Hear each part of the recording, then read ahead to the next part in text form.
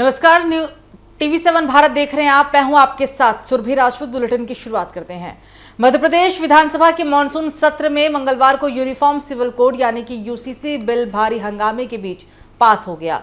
Bill पर चर्चा के दौरान करीब 2 घंटे तक सदन में जोरदार हंगामा होता रहा और इसके बावजूद सरकार ने बहुमत के आधार पर बिल पारित करा लिया। मुख्यमंत्री डॉक्टर मोहन यादव ने इसे मध्य प्रदेश के इतिहास का एक ऐतिहासिक पल बताया है।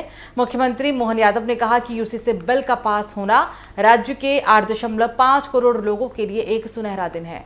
उन्होंने कहा कि विधानसभा में इस कानून का लागू होना एक देश, एक संविधान, एक झंडा, एक नेता के विजय के प्रति सच्ची कमिटमेंट को दर्शाता है। उन्होंने कहा कि डॉक्टर भीमराव अंबेडकर और डॉक्टर श्यामा प्रसाद मुखर्जी भी इस सोच के समर्थक थे। उन्होंने कहा कि ये कानून महिलाओं को एक से ज्यादा शादी से होने वाली तकलीफ से आजादी दिलाएगी और इसके साथ ही उनके अधिकारों की रक्षा के लिए सरकारी मदद भी सुनिश्चित करेगा।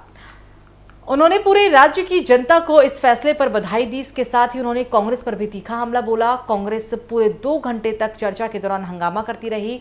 सीएम मोहन यादव ने कहा, कांग्रेस हमेशा तुष्टीकरण की राजनीति करती आई है और यही कारण है कि धीरे धीरे कांग्रेस देश से गायब होती जा रही है। उन्होंने सवाल किया कि कांग्रेस हमेशा हिंदू और मुसलमानों के बीच फूट क्यों डालना चाहती है। उन्होंने ये भी कहा कि कांग्रेस की इसी आदत, इसी गलत सोच की वजह से आजादी के समय देश का बंटवारा हुआ था। दरअसल मध्य प्रदेश कैबिनेट ने भोपाल के पास स्थित ऐतिहासिक शहर जगदीशपुर में आयोजित एक बैठक में यूसीसी बिल 2026 के ड्राफ्ट को एकमत से मंजूरी दे दी थी।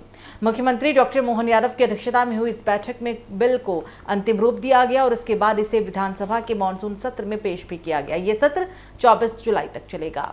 कैबिनेट बैठक के बाद मुख्यमंत्री ने कहा था कि यूनिफॉर्म सिविल कोड राज्य के सभी नागरिकों को बराबरी का दर्जा देगा। उन्होंने स्पष्ट किया था कि कानून लागू होने के बाद राज्य के एक से ज्यादा शादियां मान्य नहीं होगी। सरकार का मानना है कि इससे समान नागरिक अधिकारों को मजबूती मिलेगी और सामाजिक न्याय भी सुनिश्चित होगा।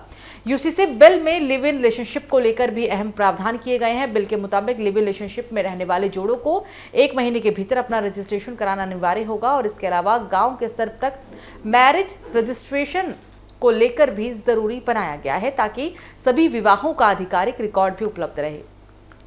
हालांकि सरकार ने आदिवासी समुदाय को इस कानून के दायरे में बाहर रखा है। हालांकि यूनिफॉर्म सिविल कोड के प्रावधान उन पर लागू नहीं होंगे। सरकार का कहना है कि आदिवासी समुदायों की परंपराओं, रीति रिवाजों और संवैधानिक संरक्षण को ध्यान में रखते हुए ही उन्हें इस कानून से अलग रखा गया है।